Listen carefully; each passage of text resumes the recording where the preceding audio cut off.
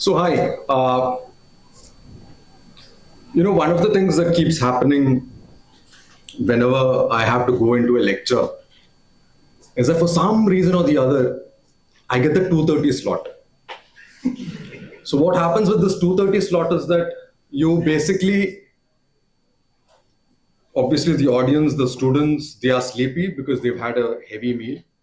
But that's not the only thing. I mean, I've realized that as a speaker, as a teacher, even we end up being sleepy.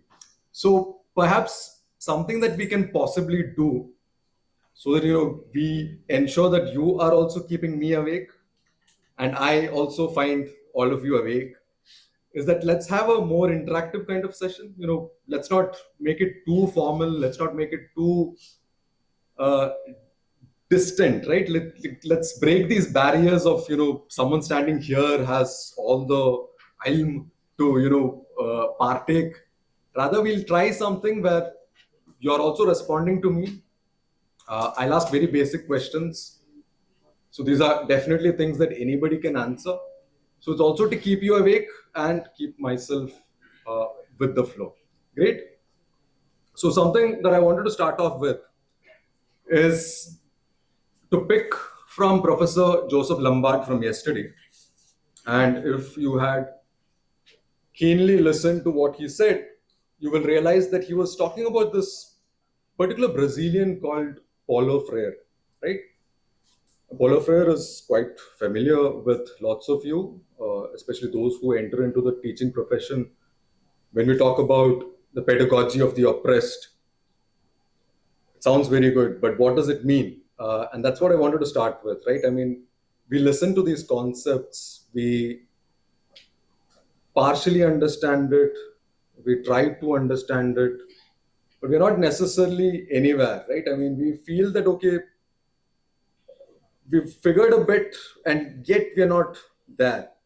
So perhaps as students, as scholars, as fellow researchers, what we can do is to think about these concepts. And when I push these big mega meta categories of, say, sociology or anthropology, the idea is also to slowly introduce you to various concepts that you might already know, various concepts that we can now sort of, we can revisit again, think how exactly these relations work. But just getting back to the Brazilian, that is something that he tries to suggest. He says that it's all about trying to unlearn what we have learned in, say, schools, for instance, right? So what happens in a school? Say, in the school, you're taught something like, okay, this is how the nation was formed, 1947, something took place, and we have a very straight-jacketed kind of approach to things. When you enter the university, you realize that things are a bit more complicated. You try and envision things, you try and listen to your professors who are telling you that, look, a lot of conflict took place. A lot of people were trying to think of a very particular way in which they wanted to look at the nation itself. So some might have taken a nationalistic stand, some might have taken a Marxist approach. So we then realize that there are so many approaches to things. So what I'm trying to say is that perhaps similarly, while the task is to unlearn, if we really think about our own experience, and Paulo Freire is a huge proponent of this thing called experiential learning. But if we actually start to talk to each other, one another, and we try to gain insights from our own experiences, we realize that perhaps the task right now within university spaces, where at one point of time we believed that university spaces were the best space to have a critical encounter, the best space to actually think through concepts, radically challenge our own selves, etc. But what we've realized over the course of time, especially with certain regime kind of changes, is that perhaps we also have to do a bit of unlearning from the kind of education that we've received from the university itself. This goes along with, say, Professor Lombard trying to say that yes, we need this larger epistemological challenge that we need to pose against the doyens of, say, Western academia or a larger modern liberal secular academia, right? Uh, but I really want to go back a bit, and this is also my understanding that perhaps whenever we pick anything in life, what happens is that we don't necessarily know how we are supposed to engage with a concept. Now, I'm sure that yes, there are at least several members of this august audience who are quite at a very higher level of understanding. But I think I want us to go a bit back to the basics, the roots. And I wanted to ask you, yesterday we had all these conversations around epistemology, right? So my first question, and this is the warning, I'm like literally telling you now, you're supposed to be awake. Your entire attention should be towards me. So the first question that I want to ask you as an audience is, how many of you would say that you know for sure what epistemology means? Show of hands. Like, be very honest. I mean, how many of you would say that you know epistemology? Or rather, let's do the opposite. How many of you would say that you still have some kind of confusion when you talk about a concept like epistemology? Yeah, I'm definitely going to raise my hand. So definitely the majority of the class or the majority of the audience would not necessarily, I mean, this does not mean that the person does not understand what epistemology is. It's almost like saying, say, we talk about mohabbat. Everyone can translate it, but can you really convey the message? Like, can you really convey what mohabbat means? Like, let's say you're given a short answer kind of examination question, and somebody asks you, mohabbat kya cheez hai? And then initially you will think, okay, let me just translate it as love. But a person who has loved knows that it cannot be translated, right? So similarly, perhaps what we need to do is, even though we might say that yes, epistemology is broadly the study of knowledge, yet it does not really entertain the kind of things that we were discussing yesterday. But what were we discussing yesterday? We were talking about a very particular epistemology, a very particular epistemic truth. So from epistemology, we are moving to this concept of epistemic truth, which is to say that in the larger social sciences, in the larger sciences, what is now known as secular studies, there is an inclination to understanding that everything has to be rationalized, everything has to be seen through pure reason. Or rather, the epistemology or the epistemic truth of this era is to say that things are objective, things need to be verified through particular tools, especially the tools themselves are also given. It has to be scientific, it has to be in a very particular approach. All of this is given.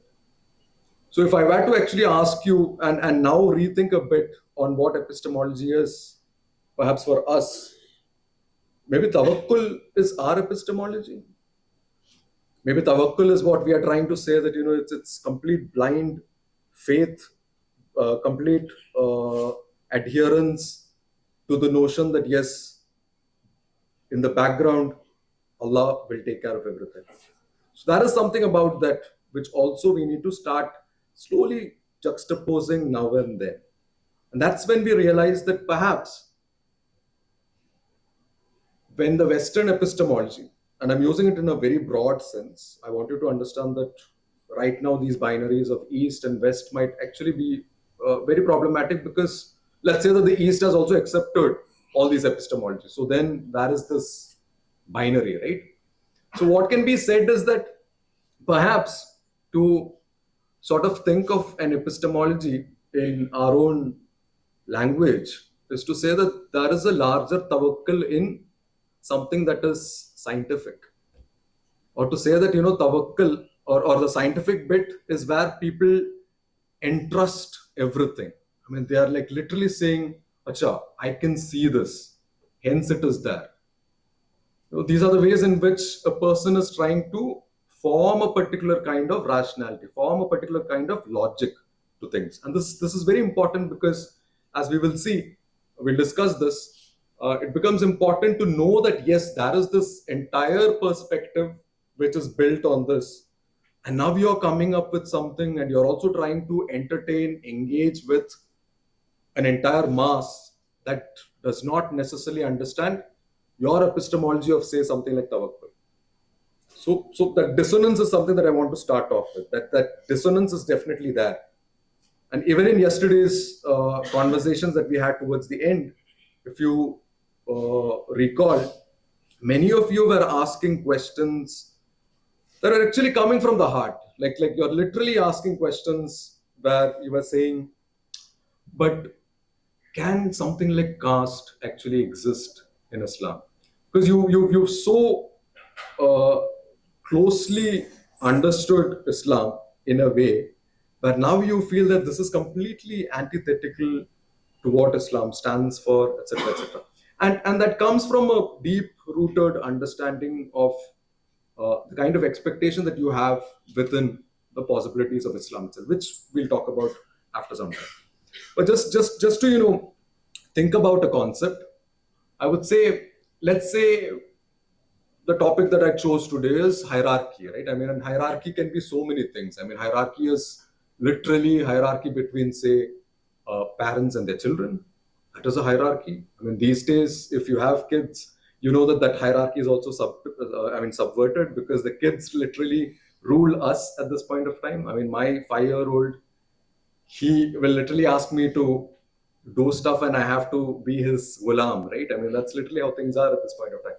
But when we think of these concepts from an academic position, we need to understand that lots of people might have already spoken about it. Like literally so many people, to the extent that there is no way in which we can even start comparing the ways in which people might have just spoken about hierarchy.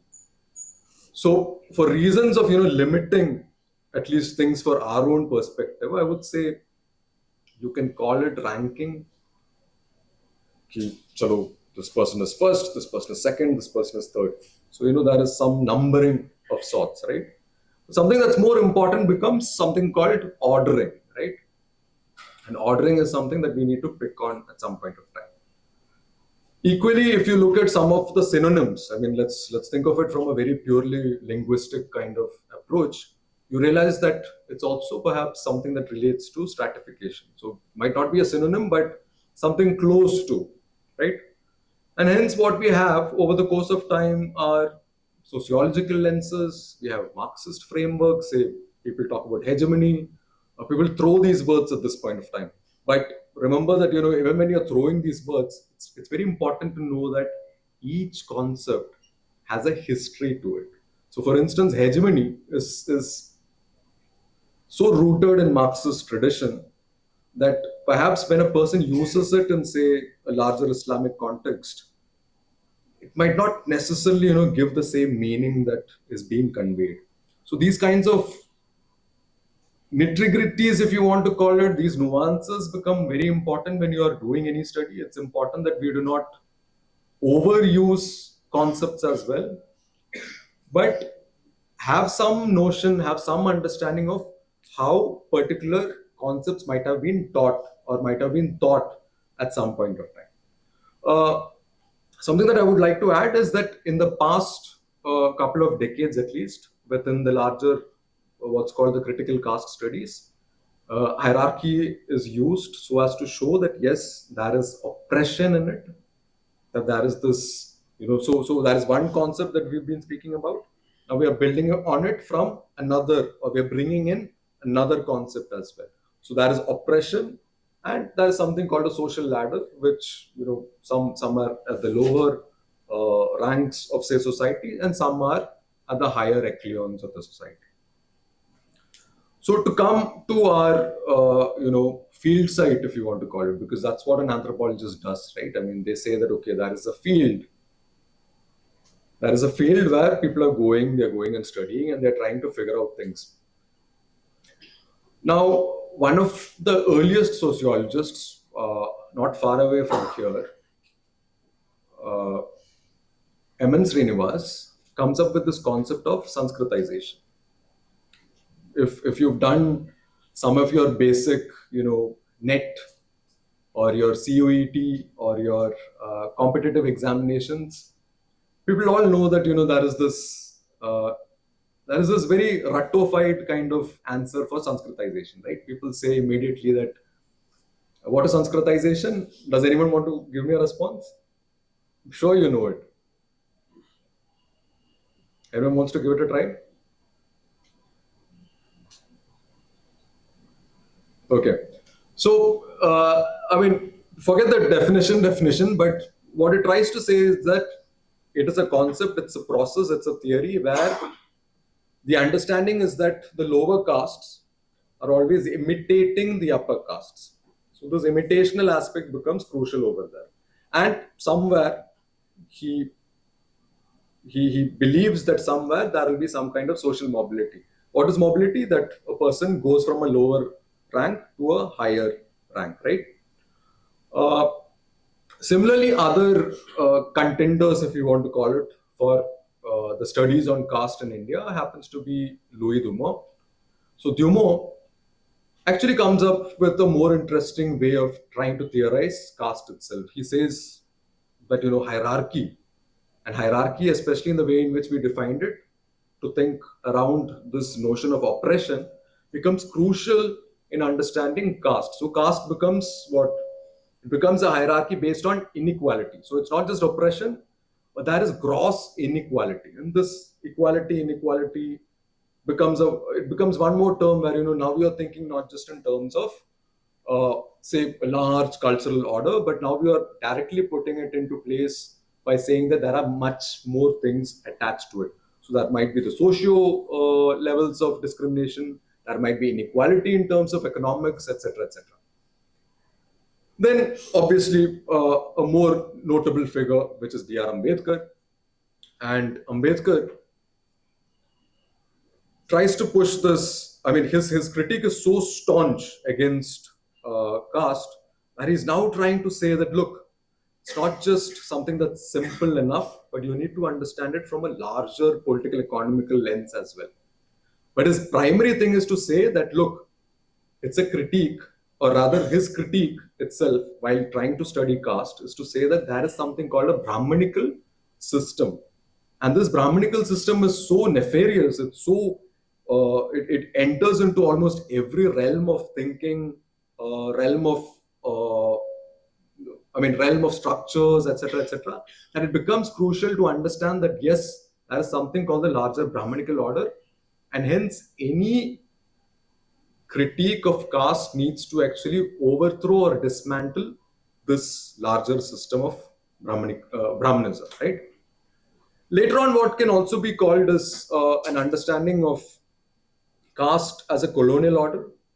So somebody like Nicholas Dirks and his entire set of students would look at the archives, and now they would say that, look, it is through the archives and through the ordering of, because that's what the archives does, right? I mean, it's very neat. It's got all these specific numbering, specific data sets. So through that, what they are trying to suggest is that caste becomes this part of a larger colonial order. It forms at some distinctive point of time. Prior to that, caste might have existed for sure, but caste becomes this ranking sort of thing only after the colonizers came, the British came, and they said that, okay, the Brahmins are the first ones, the Kshatriyas are the second ones, etc., etc. Now, don't forget that all these people have either critiqued each other or people have used them to critique one another, etc., etc., right? So, and that's what happens in academia. Everyone is critiquing somebody or the other. Nobody wants to really learn from the other. They just want to establish that they are the ones at the highest level. But before I enter into intersectionality, because I know Najia has already taken this up, before I enter into these concepts, I just wanted to ask you: is there something problematic in this slide? And since we are talking about ordering, I would ask you to think of ordering itself.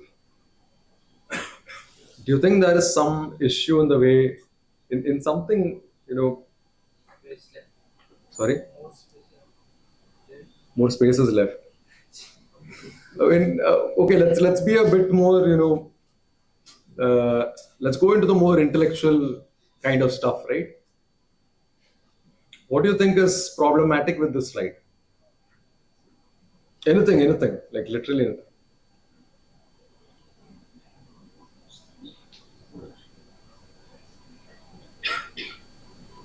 Maybe most scholars would order about cards. Absolutely. But let's say if I were to just talk about these scholars, like four of them, then what is the problem over here? There's no Muslim scholar. That definitely is something that now I realize that that's definitely an issue. But maybe I'm looking for something more specific.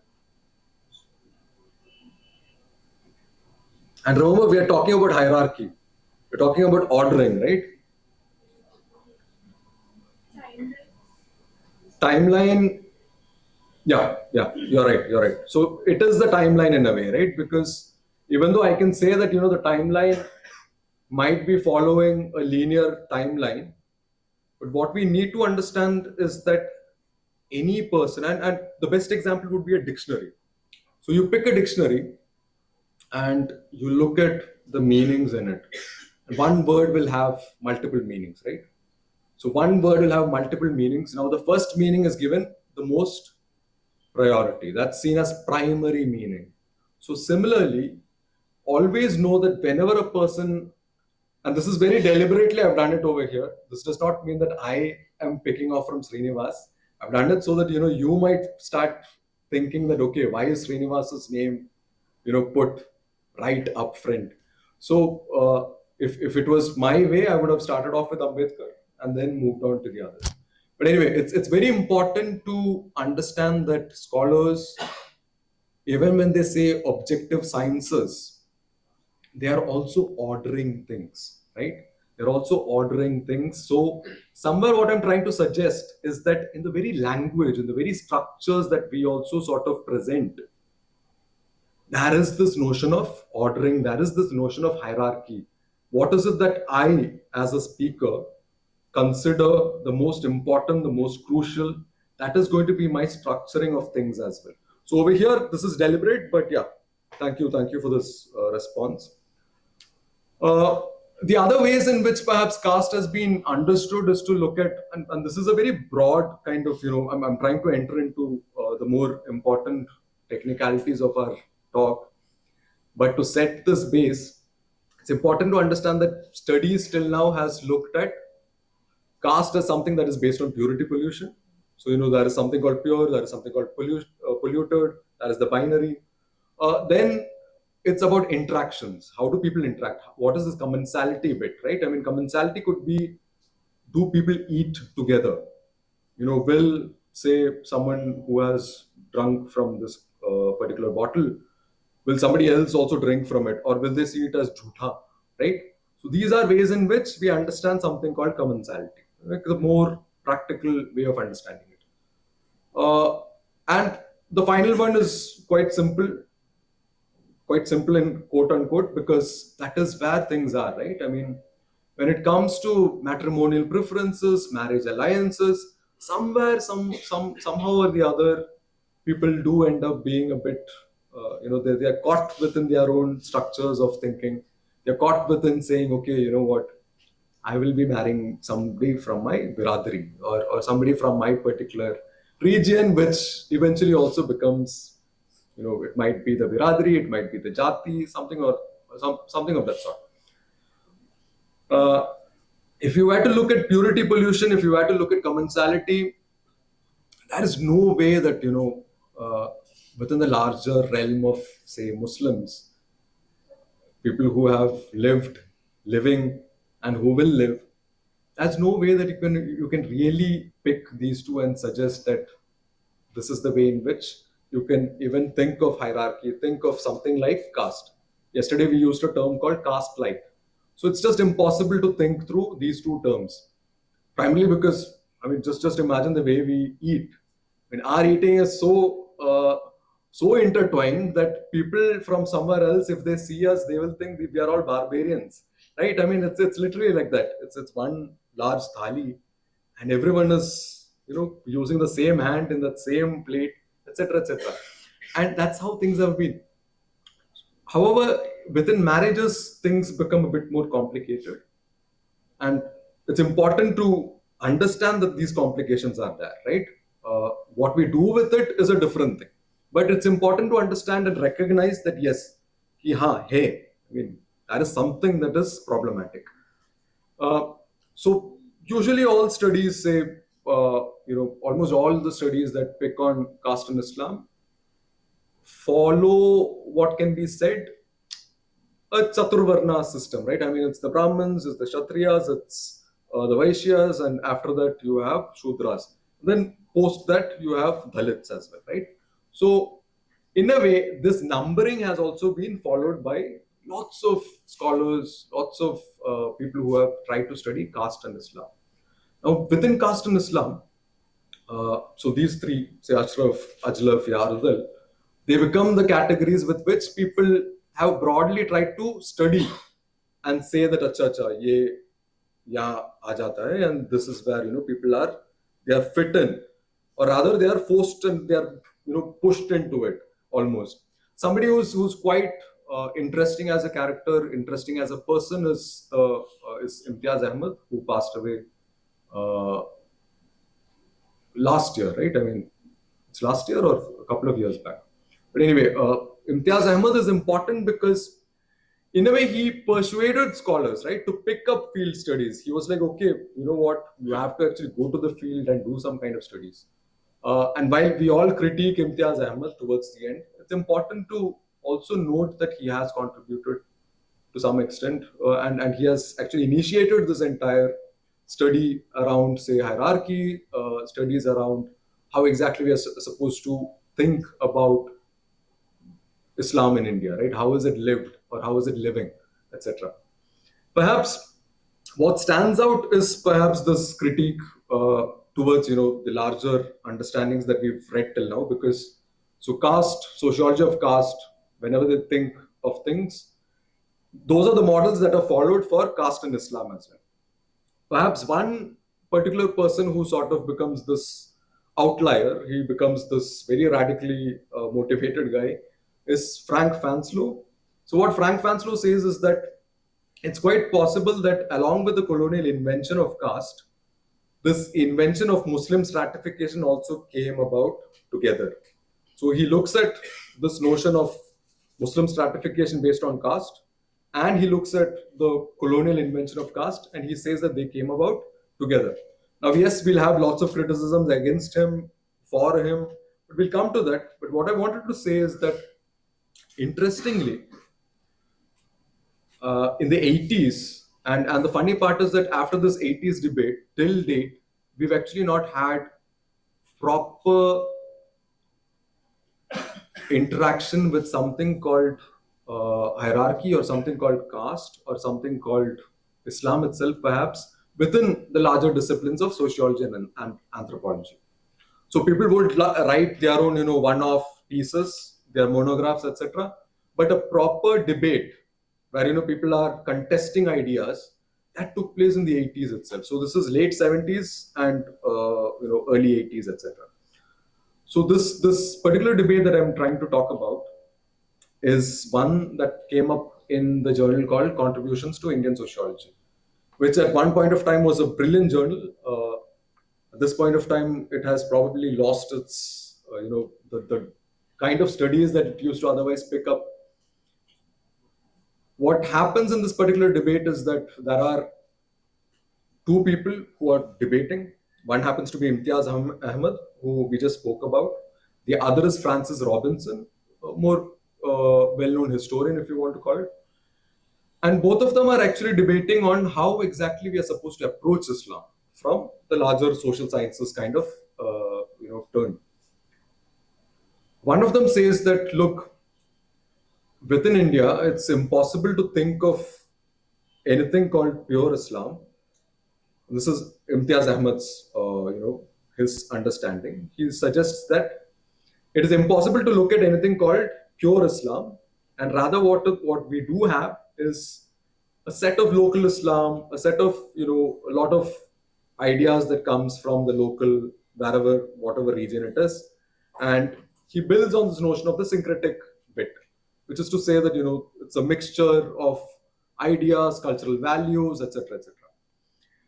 And this is usually I mean, if you look at the trajectory from where he's picking all of this, you can say, or you can at least suggest that if you look at the larger ways in which people approached Islam within sociology, within history, within larger disciplines of anthropology, you would say it follows very much what, say, Redfield, Gellner, all of them also builds on. So, say, little traditions, high traditions, etc., etc., right?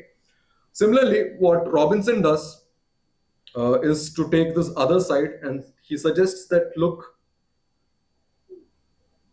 people, as they grow in their understanding of what Islam is, they will finally attain something called pure Islam. So, as people understand their own religion better, people will finally end up being Islamized. So, these are two positions. Remember, these are all positions. In academia, it's all about positions. There is no haq, right? I mean, there is no haq for them. They are just debating. One set of scholars will say that this is what I stand for. The other set will say that this is what I stand for. Now, in such instances, the best way to break any debate is to now come up with a third perspective. To say that, what, I'm not with you, I'm not pro, I'm not against. I will come up with my own definition, I will come up with my own understanding. And Veena Das does precisely this. Veena Das comes and says that, look, this particular debate that's going on is actually not very different. Both of you are actually talking the same thing. She actually mentions that both are parts of the same coin. Like, they are two sides of the same coin. But what she's trying to say is that by trying to, one is saying that, this is not pure Islam, and the other is saying that things will move towards a pure Islam. Imtiaz Ahmed is saying that, multiple Islams will exist together. The other person is saying that it's a trajectory, it's an evolution. Things will move towards something called Islam. But what happens in all of this is that they are trying to essentialize Islam. They are trying to say that it has, or rather, there is something called Islam, and it will be consolidated, it will be picked in a particular way at some point of time. Or some people are trying to say that Islam is there, but this is a very different kind of Islam. So the idea is that in this essentialist notion of Islam, what happens is that we make Islam this very stagnant kind of tradition. We say that only this much can be understood about Islam. That Islam cannot be beyond this, cannot be thought beyond this, cannot be understood in our own relevance for particular generations, and it has a very fixed meaning. It is somewhere in the past. Now, Veena Das is actually trying to critique them and suggest that it has much more to it. And if you actually think a bit deeper, this is not different from what Talal Asad says. And there are connections between, say, Veena Das and Talal Asad, because when this article was written, Veena Das was at Johns Hopkins University. This is where she first meets Talal Asad. So a person who was never actually interested in Islam all of a sudden starts writing about Islam. And perhaps this might be one of those very few pieces where she actually gives this, right? And so in all,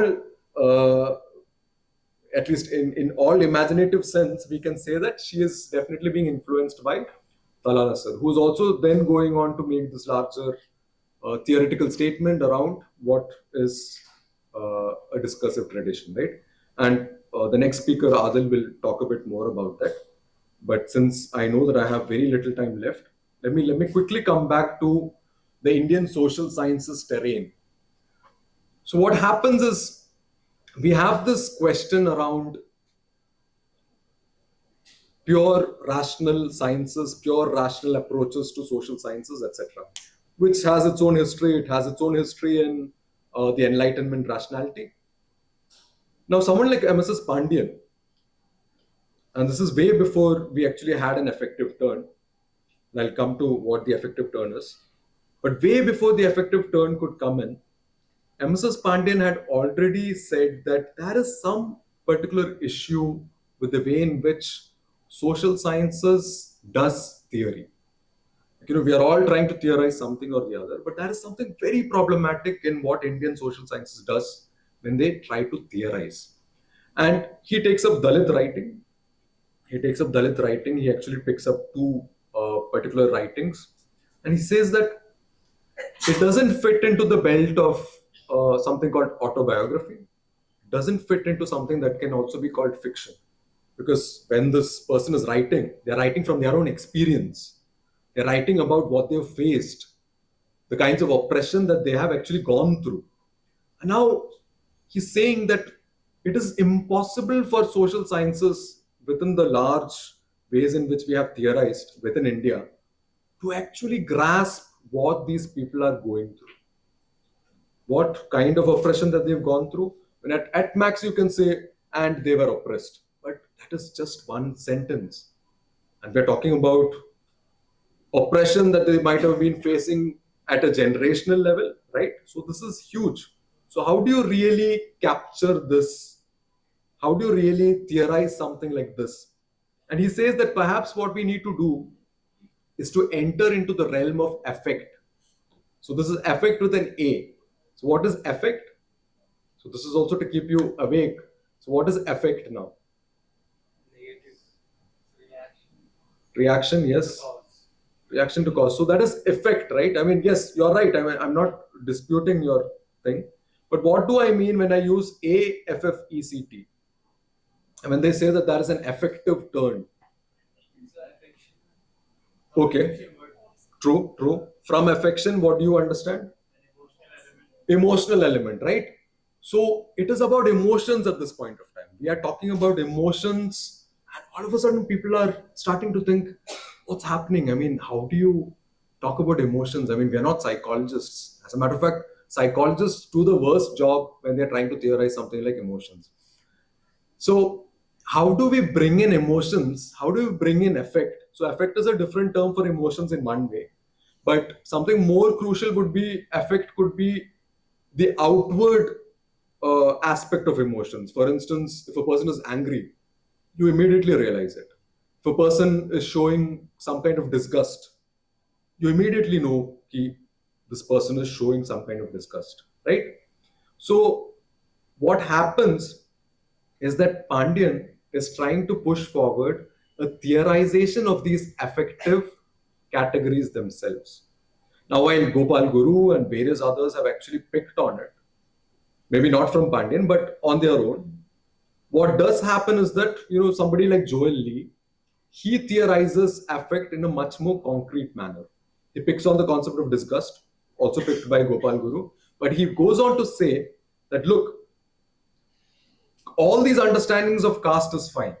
But when you come to the contemporary, and if you really want to show that caste exists, you can say, okay, caste is there on paper, you can show all those things, but how do you really say that caste is there?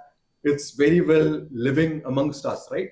So he says that maybe if you look at caste, which is an ordering of affect, or how we learn affect, how do we learn to show particular kinds of reactions to particular instances? For instance, and the example that he gives is actually from Deepesh Chakravarti, who and he picks on Deepesh Chakravarti. So Joel Lee is now reflecting on Deepesh Chakravarti's work, and this is Provincializing Europe, as far as I remember. And in Provincializing Europe, Deepesh Chakravarti says that even when his parents, for sure, does not fall under using something like caste, but yet when the Mali, when the sweeper comes in with the broom, and when the person takes a turn and the broom sort of almost goes on to touch, doesn't touch, but even before the touch happens, the mother, Dipesh Chakravarti's mother, sort of does something like, ah. And in that moment, Joel Lee identifies that perhaps it is in these affective categories that one can actually still understand how caste remains. I mean, it gets a bit more complicated. He goes on to say how it's also about the ordering of these effect, how people learn these effect, and he goes into it. But what I wanted to bring about over here is that affect becomes something very important to start understanding how exactly we are supposed to think about caste itself. So now let's get back to this entire notion of, where is effect, where is tradition, right? I mean, how do you fix or how do you locate these two seemingly, far off kinds of concepts? So somebody like the Greek anthropologist Hermeticus would say, and if you've not met this criticism already, I'm sure you will. Somewhere or the other, when you say nostalgia, that अच्छा हमारा भी तो एक glorious past रहा करता था. When you make that immediate statement, people will say, "Oh, this is nostalgia."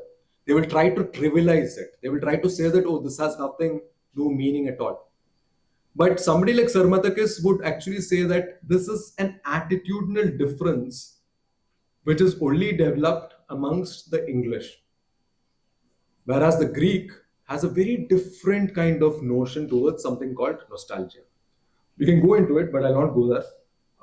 We can take up questions as well. But the point that I want to raise over here is that nostalgia, if you really look at it, it comes up only in the 19th century. It comes up only in the First World War, in the way in which we have understood it, where the Britishers, after being completely disillusioned by the war, the First World War, when they got back, and when the Second World War had to come in, and when people realized that they don't have soldiers anymore because nobody wants to go to war, they've faced that much. I mean, they've seen that much they've seen that levels of violence where they're thinking, okay, this is it. We don't want to do this anymore.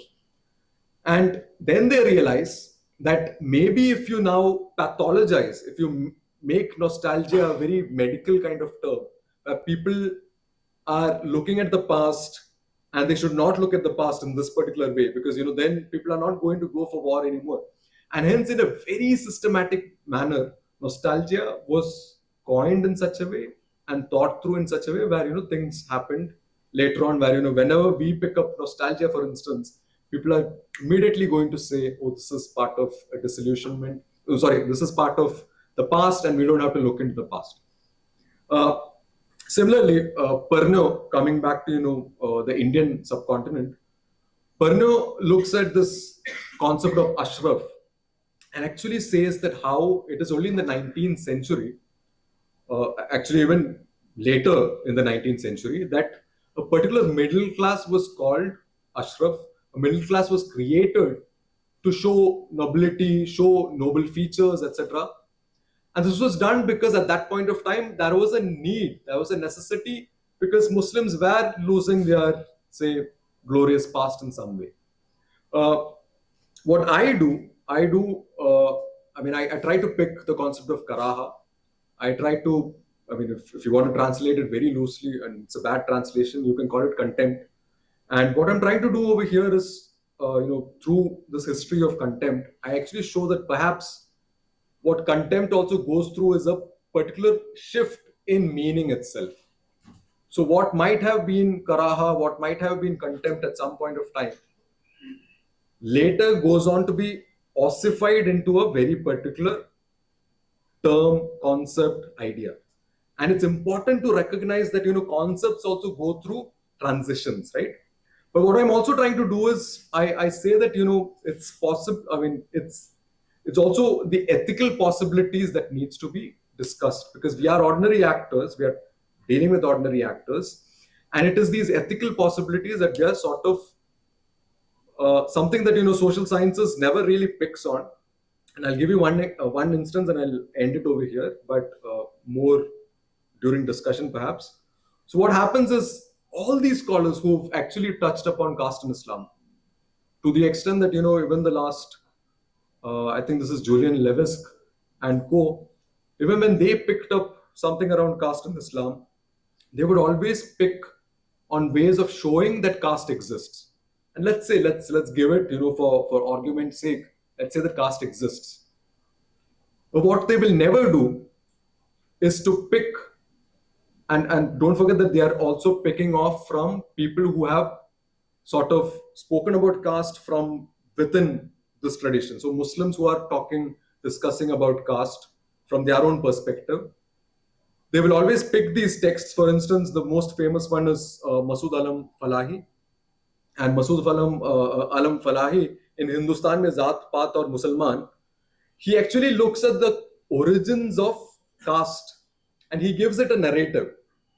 He gives it a narrative and he actually goes on to show how it is actually this first encounter with Iblis, with Shaitan, that that Adam alayhi salam has.